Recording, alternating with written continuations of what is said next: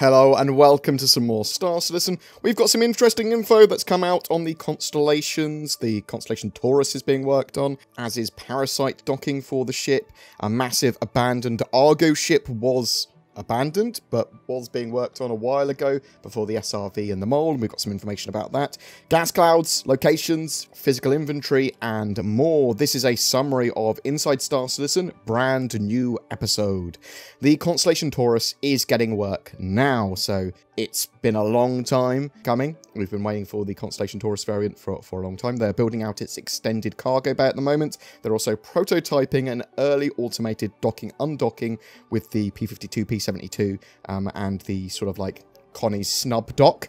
So you'll be able to boop boop, dock and undock with the ship. Cloud Imperium did say a few weeks ago that they weren't doing a secret Constellation sort of rework, but it does sound like they are giving it a bit of a rework now at the same time. It might just be some sort of like very light work, or like a pass or whatever, a polish or something, but it might be something a bit more. We'll have to wait and see. They had previously worked on a massive Argo ship before the SRV and Mole. It was abandoned, though, the work on that. Now, what we can see from it is that it was an overcomplicated giant Roomba. It looks very much like a flying saucer with large guns on its wings that appear to be retractable. In fact, a large portion of the ship appears to go from like a more armoured mode to a more aggressive combat mode. So weapons out or weapons in, sort of like armouring you more. I really dislike the way it looks. I'm glad they've sort of like gone for a different route for the branding and the way that the Argo ships look. It's very possible that they were trying to build an Argo sort of gunship here and have now rested on potentially the RSI Odin, or something like that, a different type of gunboat, a different type of gunship, which we might be seeing in the future. They are continuing to adapt the gas cloud tech for various environments and scenics in the persistent universe, so we know that they've been working on lots of cool stuff for Squadron 42, and they want to bring a load of the environments and tech from that into the persistent universe to expand out the gameplay area. These are going to be part of gameplay as well, gas clouds, so maybe gas harvesting, maybe dampening sensors, that will enable sort of like more stealth gameplay or more danger, risk and reward in those areas. Also, they're very interesting to add to points of interest, giving them a bit more texture, and it looks cool. Nebula and gas clouds, they look cool. Cargo decks and facilities are getting further development as well, as they try to get them ready for Alpha 3.11, the next major patch after this one.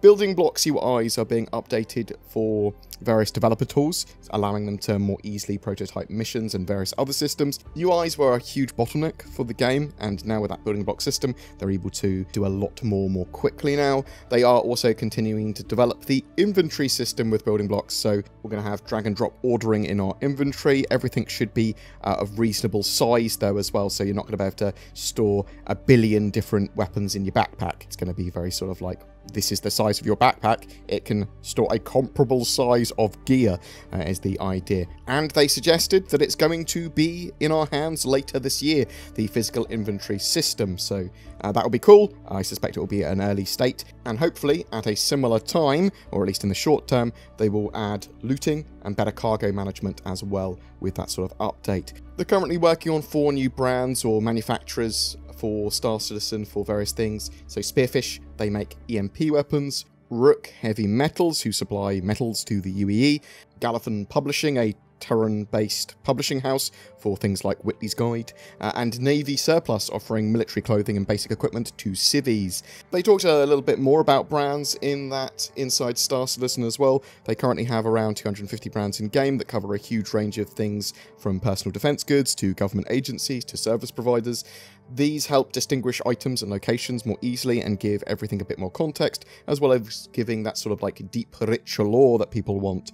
Origin ships are sleek and fast, for example, and you know that based on everything about an Origin ship. You know from a long distance what an Origin ship looks like, its silhouette, everything like that. They are working on a bounce triangle for FPS manufacturers' identities at the moment, so these things look at like speed, cost and quality of their products in game, but they're sort of taking it to the way they balance it as well. So power, speed, or rate of fire and range is sort of like on this bounce triangle. So they go, if you're going for more power and range, you're probably going to have a lot less speed. If you're going for more speed, then you're going to have the reduction of like range and potentially power as well, that sort of stuff. So it sort of like balances the weapons more meta-wise, but that still helps tie brands together because you have all the weapons of that particular brand act in a similar way with a similar look. They do have some outlier or unique weapons within manufacturers as well though, but that's to be expected and in fact encouraged. You'll see factions like pirates as well mark areas so that you all know they're in their territory, but you know, locations have their own unique looks and feels, and branding is a huge part of that. On the Alpha 3.10 front, the O patch went to PTU. It's still in Wave 1 at the moment though, and they are trying to push to wider PTU for the weekend though, so hopefully Wave 2 or potentially open PTU for this weekend is what my hope is. But I'm interested to know what you think. Are you excited about the potentials of having the Constellation Taurus in, which looks like to me by the end of the year Q4 2020?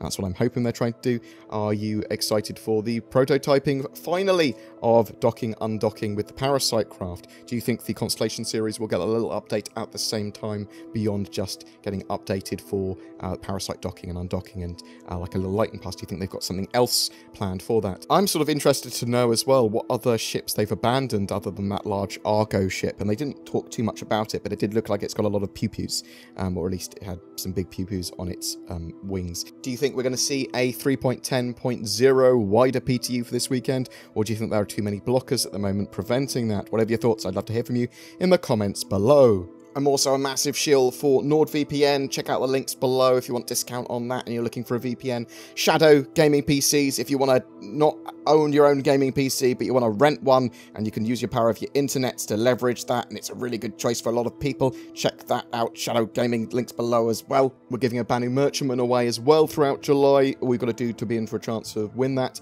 is comment on any of my Star Citizen videos made during the month. There's more details of all of that down below. Also, if you want to further support the channel in any way with a Patreon or becoming a YouTube member or sharing the video or subbing or liking, you can do all that as well. Links to everything's down below. Please check that out. Thanks very much for watching, guys. You take care, and I'll see you in the verse.